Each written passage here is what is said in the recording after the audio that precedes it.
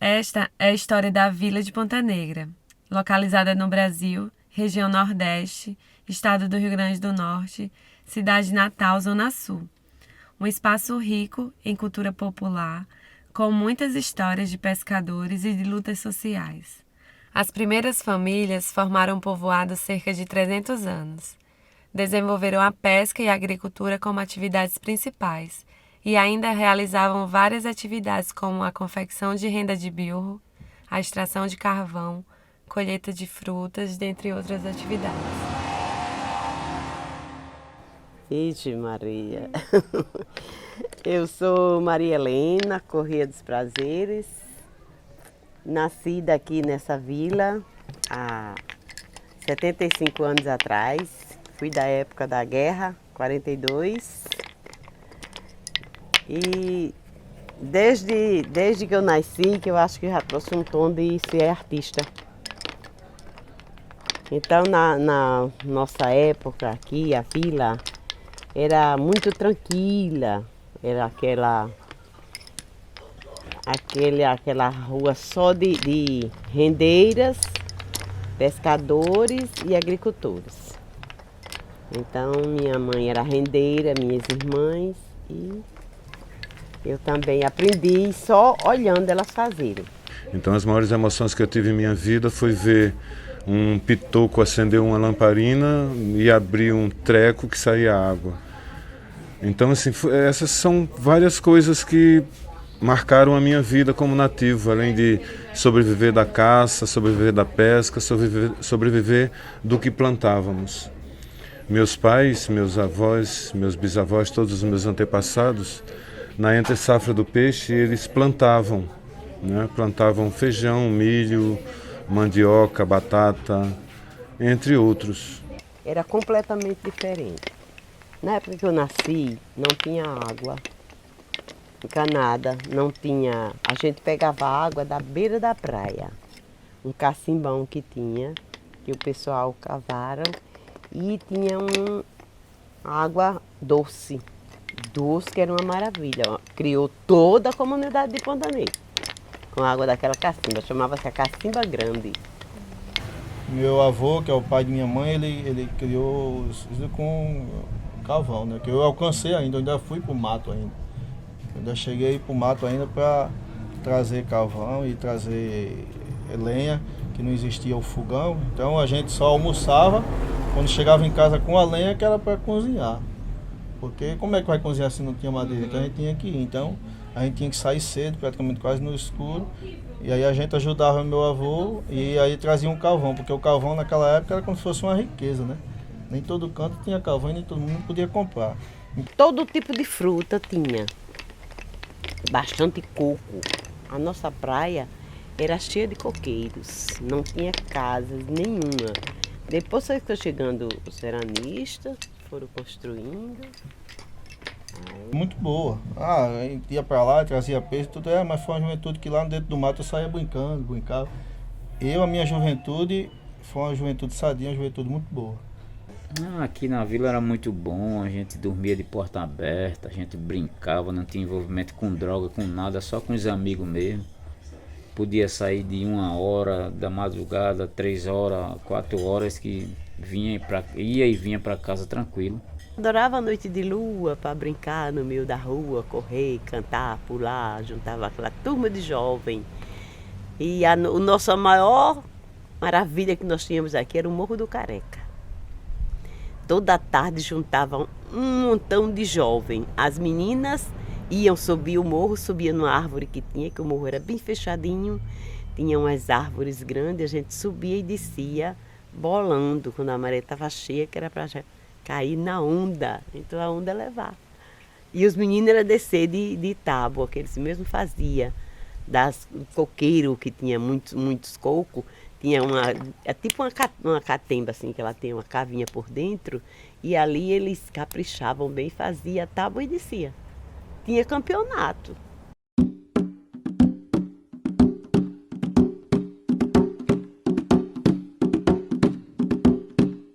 Ô Maria, bote água na roseira, que é pra rosa não murchar, ô Maria.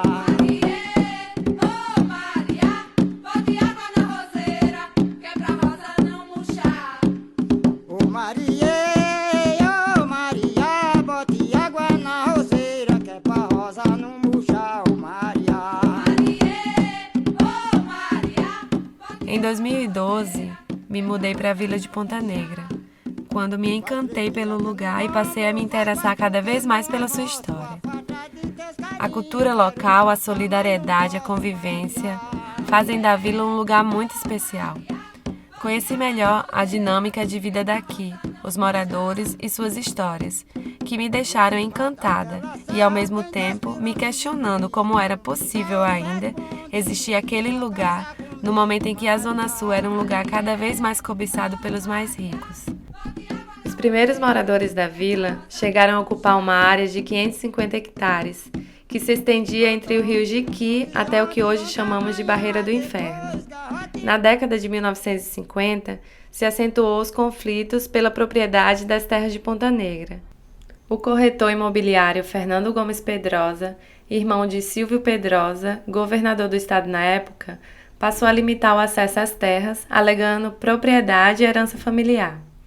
Alguns moradores o acusaram de cometer grilagem e passaram a lutar pelo direito de continuar sobrevivendo das terras. Na década de 1960, durante a ditadura militar, parte das terras de Ponta Negra foi doada por Fernando Pedrosa à aeronáutica, oficializando assim a perda das terras utilizada pelos moradores.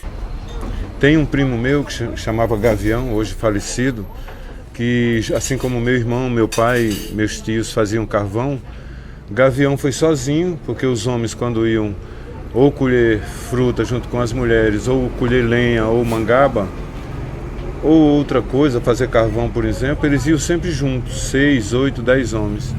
Mas dessa vez Gavião foi só, e aí foi pego pelos capangas de Fernando Pedrosa, e aí bateram muito nele, arrastaram ele amarrado em cima das moitas, do mato seco, né, puxado por cavalo, tipicamente uma história de faroeste.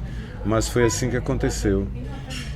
E na época tinha alguns líderes aqui, como seu Caetano, seu Galdino, que já são falecidos, que encabeçavam essa luta, e os homens iam armados de foice, de pau, de faca, e passaram vários dias dentro do mato procurando esses capangas. Fizeram tucaia, passaram noites dentro do mato, sobrevivendo da caça, e todos armados. Eram em volta de 16, 18 homens, para encontrar esses capangas, mas não, por sorte deles, esses caras não foram encontrados. Quando começou aqui a área da aeronáutica, tomando os terrenos, porque meu pai tinha um aqui, do lado do Morro do Careca, ele tinha um roçado. Tinha ele, tinha o finado Vigílio, tinha meu tio Tião, né? Tinha o meu avô, que era o Manuel Congo, tinha o seu Farrapo também, aqui tudo tinha as capoeiras deles aí, que eles já plantavam, né? Macaxeira, batata, melancia, isso tudo tinha aqui dentro. Aí foi no tempo que esse Fernando Pedrosa mesmo fez essas coisas com o pessoal, aí cercaram a Barreira do Inferno. Daí os pessoal saíram para trabalhar no outro canto.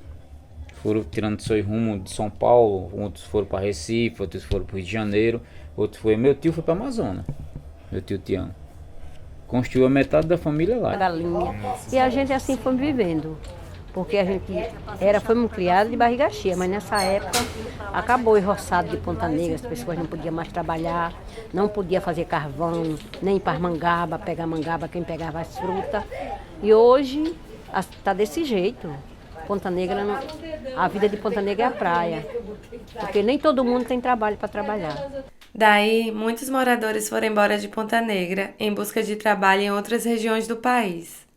Outros permaneceram no povoado e continuaram rendando, pescando, ou então passaram a desenvolver o comércio na praia, além de trabalhar em outros setores como a construção civil.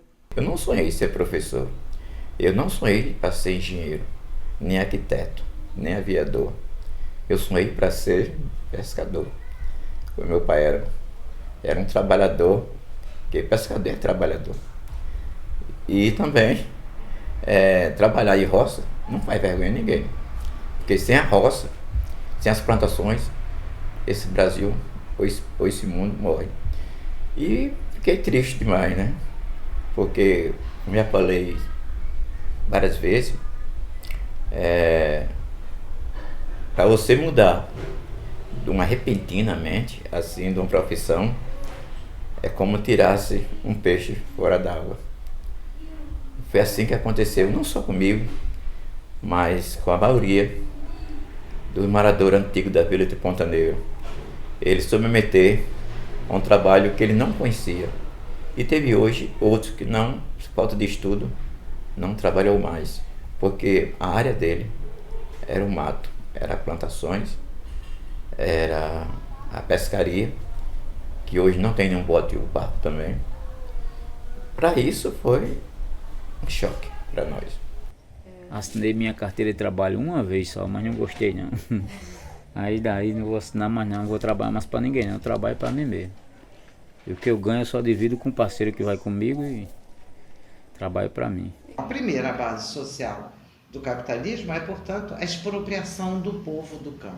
A expropriação do povo do campo é também a expropriação do povo das águas, é também a expropriação do povo das florestas, é também a expropriação de todos aqueles que conseguiam produzir sua vida nos locais onde nasceram. Aqui, na época que eu era garoto, só existia essa rua principal, ninguém queria morar lá para trás, né? Hoje o que me entristece muito é ver os nativos saindo daqui, né, vendendo a grande parte para gringo. E com os nativos vai embora a cultura. Hoje, por exemplo, se eu quiser fazer uma apresentação do Boi de Rei, eu tenho que ir atrás de Miguel, que mora na Zona Norte, e seu Pedro de Piloto, que é o mestre do boi, mora em Pium. Quer dizer, tem essa dificuldade. E grandes pastorinhas, a maior parte das pastorinhas do coco Cajueira Abalô, que o mestre também é mestre Pedro Lima, também estão em Pium. E outras na Zona Norte, pouquíssimas ainda morando aqui. O maior número de nativos que compõem um grupo folclórico que ainda mora aqui são as pastorinhas do Pastoril, que tem como a mestra Dona Helena. Os congos de calçada eles eram ensaiados na areia, não existia nada do que existe hoje, e era uma dificuldade para se ensaiar. Mas eles estavam ali firme e forte. Que meu pai está hoje, eu falo toda a vida, meu pai hoje está na 4ª geração dos congos de calçola, que é da família dos Correia. Teve seu Sebastião Correia, teve seu José Correia, agora está em Pedro Correia e futuramente Edão Correia, né? Mas a tristeza maior é que você anda aqui, hoje na Rua da Praia não tem mais nenhum nativo, só 2 nativos que têm propriedade, que é o dono do Mirante, Paulo Rodrigues, e o dono do Sol e Lu, do restaurante Luar, restaurante Suítes. Nenhum nativo mais tem propriedade na praia. Na segunda rua, que é a Rua das Pousadas, a rua de acesso que os carros descem de acesso à praia, não existe nenhum nativo. Essa a gente chama de segunda rua. A terceira rua é essa rua aqui, a Rua Vereador Manuel Coringa de Lemos, que antes era conhecido como Rua da Igreja ou Rua de Cima. Hoje só 40% dos nativos têm propriedade nessa rua. A maior parte estão morando em outro bairro, na Zona Norte, ou em outro município, como Parnamirim, Pium, Pirangi, que também fazem parte de Parnamirim.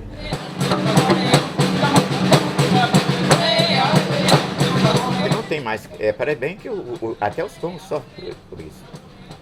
Porque é outras famílias que vêm, outro tipo de cultura diferente, né? Eles não conhecem, né?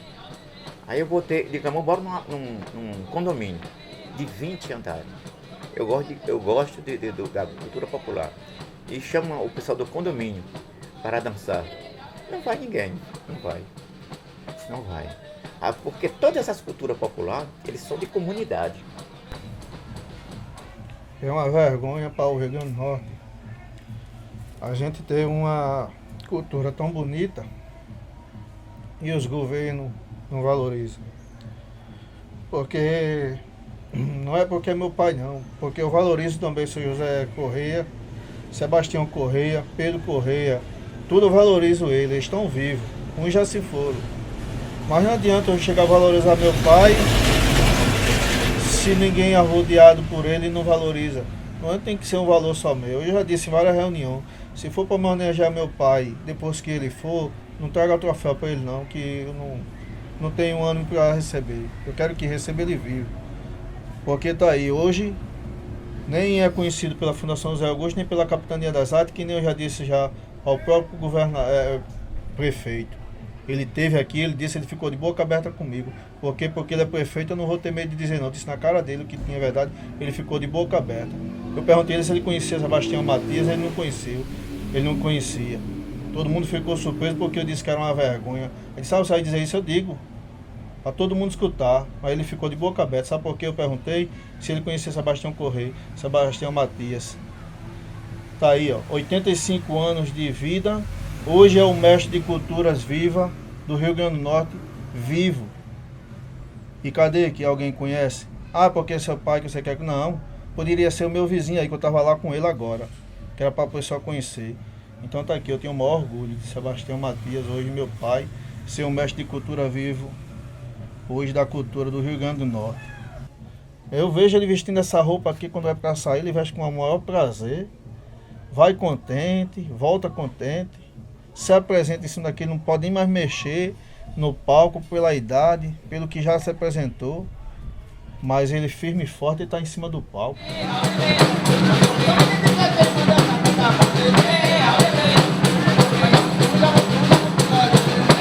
Está muito longe, porque hoje não tem. Eu ao pouco vou embora, né? Eu vou deixar essa mensagem e espero que outro mestre, é difícil aparecer para me decompor, né? E seguir na frente, né? Porque esse é um pedaço da África que está aqui sentado na vila de Ponta Negra. É um pedacinho da África que está com todo orgulho. Eu nasci pobre, né? Meu pai também era pobre, meus pais ainda sou pobre ainda, mas a cultura popular é que me enriquece. Eu me orgulho muito de estar me apresentando, o meu grupo, com os Congos. A minha riqueza é a minha história, é a minha dança, é a minha arte. A vila de Ponta Negra faz gosto a gente olhar, as rendeiras fazendo renda, os turistas vêm comprar. Olê, mulher rendeira, olê, mulher renda, tu me ensina a fazer renda, que eu te ensino a namorar. Lampião desceu a serra, deu um baile em Cajazeira, só pra ver dançar estas mulher rendeiras. Olê, mulher rendeira, olê, mulher renda, tu me ensina a fazer renda, eu te ensino a namorar. Tu me ensina a fazer renda, eu te ensino a namorar. Pronto.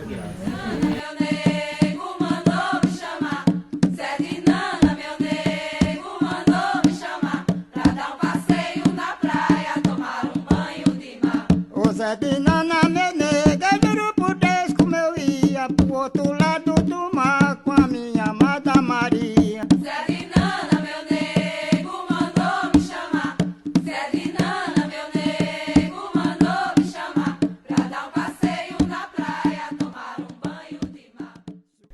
Na década de 1990, quando o turismo avançou nas regiões litorâneas do Nordeste, com o Programa Nacional de Desenvolvimento do Turismo, recebendo investimentos financeiros nacionais e internacionais, o interesse imobiliário e turístico na região passa a ser um desafio cotidiano para os moradores, já que este desenvolvimento não priorizou a população local.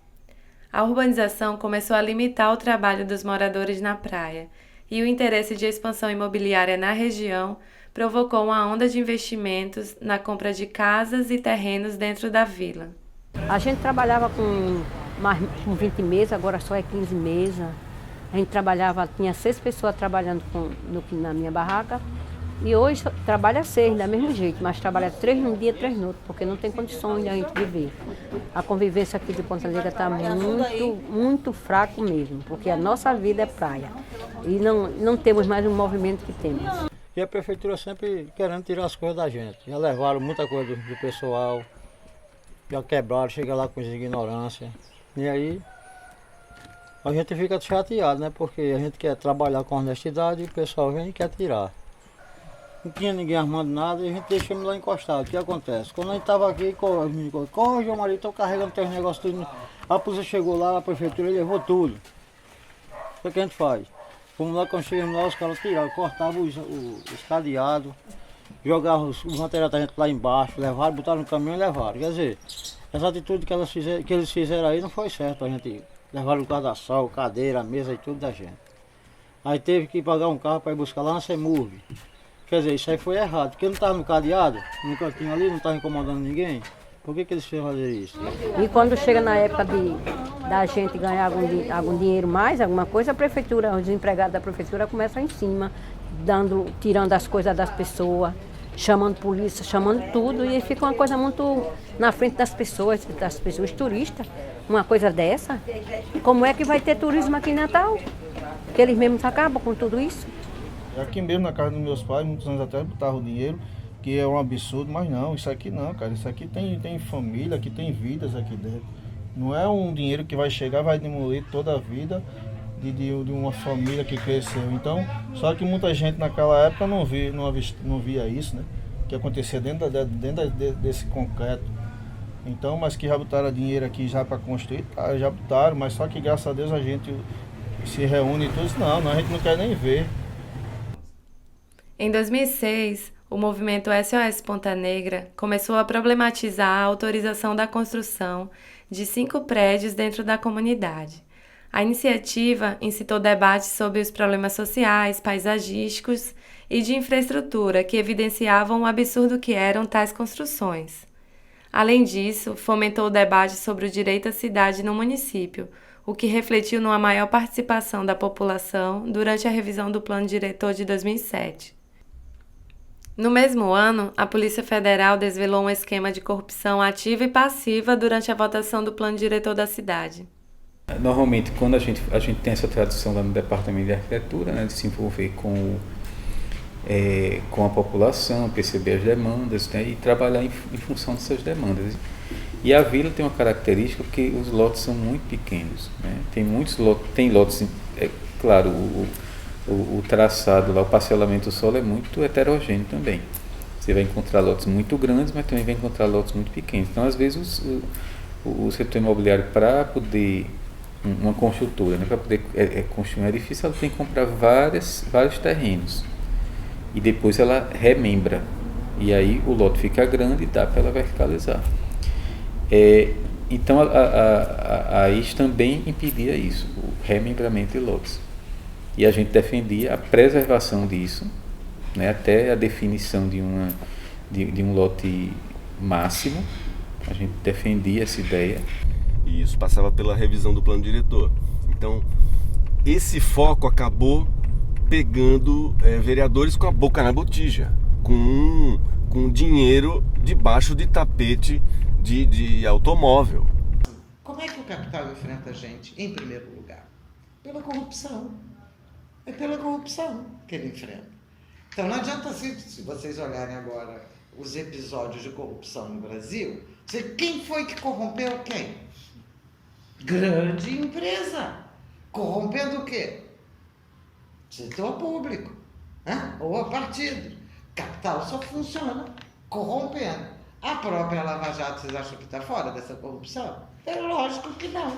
A gente já está assistindo de novo todo um discurso sobre a corrupção que desconsidera que o fundamento do capitalismo é a corrupção do ser humano, é a corrosão da alma humana, é a corrosão do espírito humano.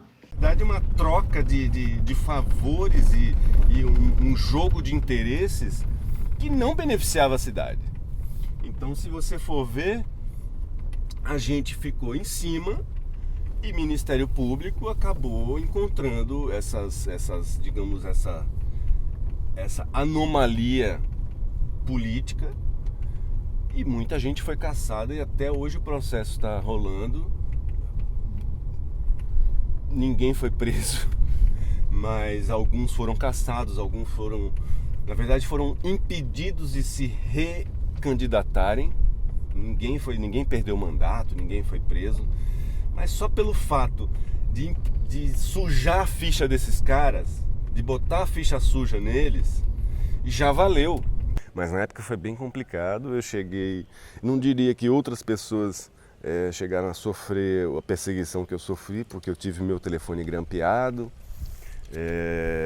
Eu tive que sair daqui do bairro e passar 6, 7 meses escondido, com medo mesmo de, sei lá, de morrer, de sofrer algum atentado. Mas eu sei de outras pessoas que também estavam envolvidas no movimento, que tiveram a casa arrombada, entendeu? De propósito. Imagine você, de repente, chega em casa, a casa arrombada, mas não levaram nada, era só para assustar mesmo. Então, assim, carros que foram depredados. Existia toda uma pressão justamente para ver se a gente desistia da coisa, né? Muita ameaça. Na época eu era casado com uma funcionária do IBAMA, funcionária federal. E ela já vinha recebendo também ameaças por outras causas, né? História do mangue, que ela embargava também, a história do porto, que ela estava à frente. Então ela recebeu muita ameaça por telefone. A partir daí eu comecei também a receber ameaça. E Uno recebeu muita ameaça. Ameaça de morte, de toma cuidado, você vai se dar mal, saia disso, desista desse processo. Assim, não imaginava que isso fosse acontecer, né? De repente, um dia, numa reunião, né, chega um senhor perto de mim e fala, tenha cuidado quando você ficar andando por aí, viu? Você está muito... não lembro exatamente as palavras que ele disse, mas você está muito ativista aqui, né? Mas saiba que nem todo mundo concorda com o que você está fazendo, tenha cuidado quando você andar por aí, coisa desse tipo. E eu fiquei apavorado na época, né? Assim, porque é o tipo de comentário que você não sabe quem é que está dizendo, não sabe, né? Em nome de quem essas pessoas estão falando isso. Também não sabe, de fato, se elas são ou não capazes de cumprir o que estão dizendo. Você acaba gerando uma coisa nas pessoas, na cidade, que você fica em evidência e acaba sendo vidraça. Então, saco de pancada mesmo. Eu chegava num lugar e, enquanto tinha uns que vinham abraçar você para agradecer o que você tinha feito, enquanto chegava alguém para abraçar você e pela coragem, outros vinham para te xingar, te massacrar e te detonar. Não foi fácil, até hoje mexe muito isso. Eu vejo um capitalismo nojento, selvagem, sabe? Eu acho que a Vila de Ponta Negra, pela cultura que tem, as tradições que tem, não merecia isso, não. Não merecia a expulsão dos nativos, porque junto com os nativos vai todo o conhecimento, né? Toda a sabência, toda a sabedoria, todas as histórias a serem contadas. Tem uns trechos de Gessie Quirino, que é um poeta de Campina Grande, que ele coloca uma coisa que faz muito sentido diante do que eu passei, né?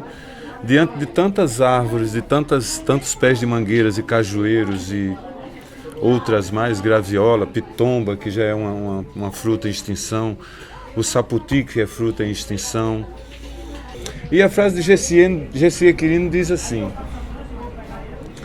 a mangueira está de luto, a manga de sentimento. Derrubaram uma mangueira para fazer apartamento. Isso ele mostra isso em algumas cantorias, né? Ele fala que a jaqueira está de sentimento e as jacas estão de luto. Derrubaram um pé de jaca para fazer um viaduto.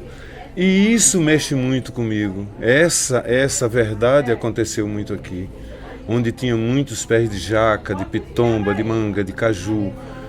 Foram derrubados para fazer apartamentos, foram derrubados para fazer condomínios, foram derrubados para fazer pousadas e hotéis.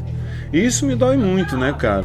Porque o capital não vende história, o capital vende apartamento, né? O capital vende terra, o capital vende produto para gringo. Não vende a apresentação dos grupos folclóricos, não vende a imagem das rendeiras, não vende rendas, né? O capital quer vender apartamento, quer vender hotéis, quer alugar suítes.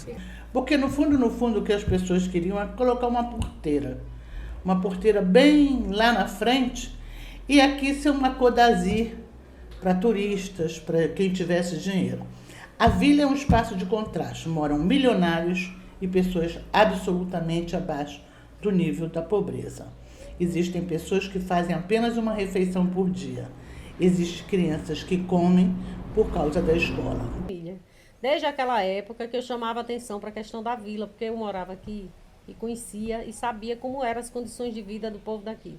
Mas sempre acharam que qualquer lugar que a vila sempre foi privilegiada porque era Zona Sul, né? Como se aqui fosse essa Zona Sul que está dali da rótula para trás, né? Mas aqui, na verdade, é outro tipo de Zona Sul, né? A gente achou que indo para dentro do prédio, limpando, organizando, a gente conseguiria fazer com que fazer uma creche estilo comunitária. As mães iam lá limpar, a gente já tinha conversado com a secretária de Educação do município, e ela tinha, a proposta ela era trazer os funcionários para a gente poder, porque precisava de um apoio pedagógico, né? Só que o que acontece, o MEIOS tinha colocado isso estava sob júdice, ação trabalhista, e o interventor veio atrás da gente, né? A justiça veio atrás da gente, porque eles queriam saber se a gente tinha se apossado do prédio, se a gente tinha colocado algum móvel dentro. Se a gente tivesse alguma coisa lá dentro, já era caracterizado como invasão. E a maior dificuldade que a gente viu nesse processo todo é que se fala muito na questão de se trabalhar né, os direitos da criança, do adolescente, e a gente chegou aí a todas as instâncias. Promotoria da Infância e Juventude, a promotoria o pessoal da promotoria de escolas mesmo, do município. E ninguém, assim, tipo assim, todo mundo lavou as mãos, eu não posso fazer nada, porque tem um interventor e tudo, não sei o quê. E esse interventor passou a vida inteira sem cuidar do prédio. Então, nós desarquivamos essa semana o processo da possível construção de uma creche, esse que foi originado em 2013. Então, em pleno 2018, onde naquela época a Secretaria de Educação nos disse que tinha dinheiro federal para fazer uma creche e ampliar esse número de vagas que estava faltando, e assim foi feito. Agora vocês, comunidade, busquem um terreno dentro da comunidade para que a gente possa alocar esse recurso e construir essa creche, né? E procuramos por todos os meios. Na nossa aldeia não tem terreno público, só tem terreno desocupado, sem muro, virando lixão para especulação. Ou seja, a comunidade só tem direito a contrair doença gerada pelo lixo, dengue, rato, tudo isso, e lugar para se construir uma escola não existe. Bem, né? Não é só uma unidade de saúde, um médico, uma receita e um medicamento. Isso não é saúde, né?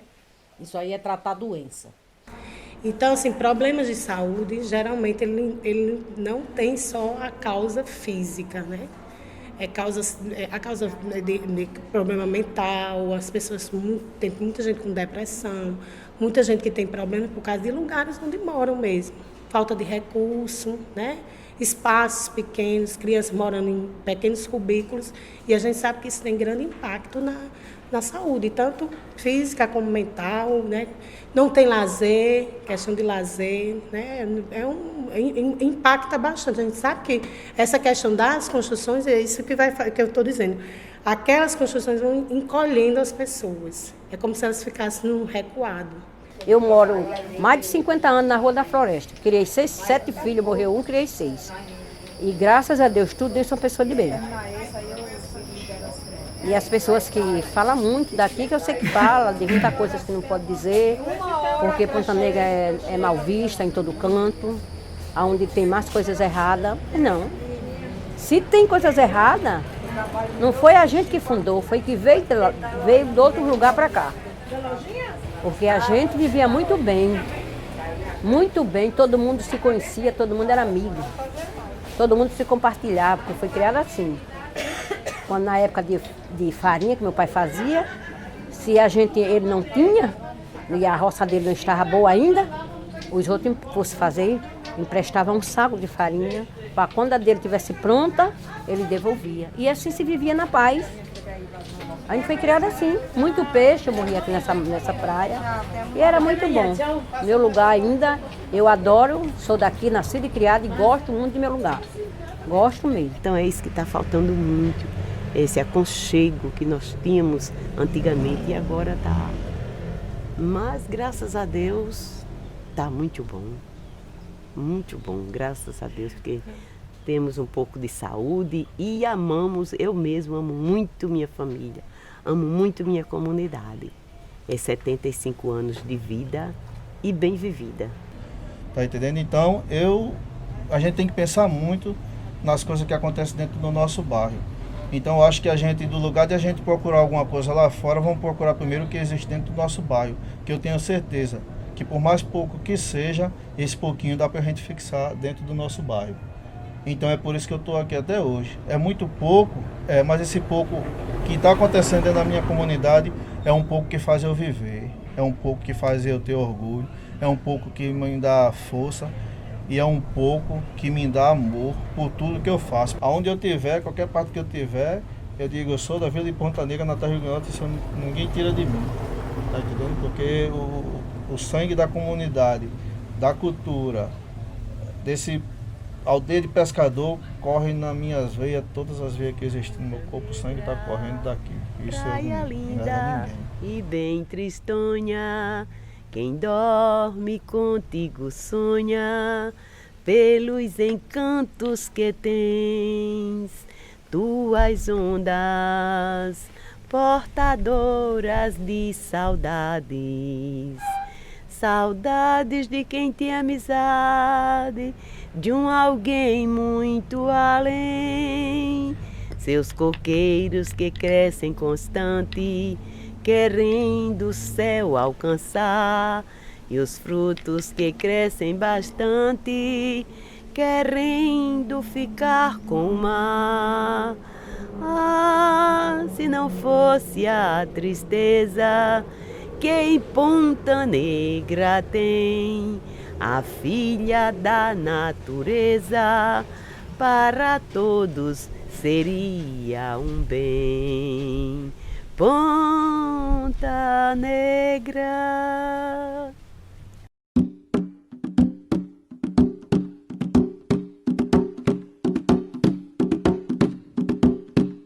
Ô Maria, bote água na roseira, que é pra rosa não murchar, ô Maria. Ô Maria, bote água na roseira, que é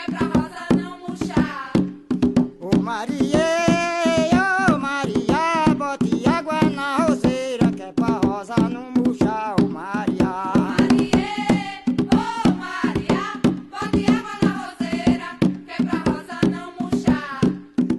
Faz 3 dias que eu não como, faz 4 que eu não almoço. A falta de teus carinho, quero jantar, mas não posso, Maria. Eu não desisto não, eu estou aqui até o fim, firme e forte com uma cultura do Rio Grande do Norte, com essa cultura da Vila de Ponta Negra, que é onde eu me orgulho. Meu nome é Calbi Matias Dantas, eu tenho o maior orgulho de morar dentro da comunidade da Vila de Ponta Negra.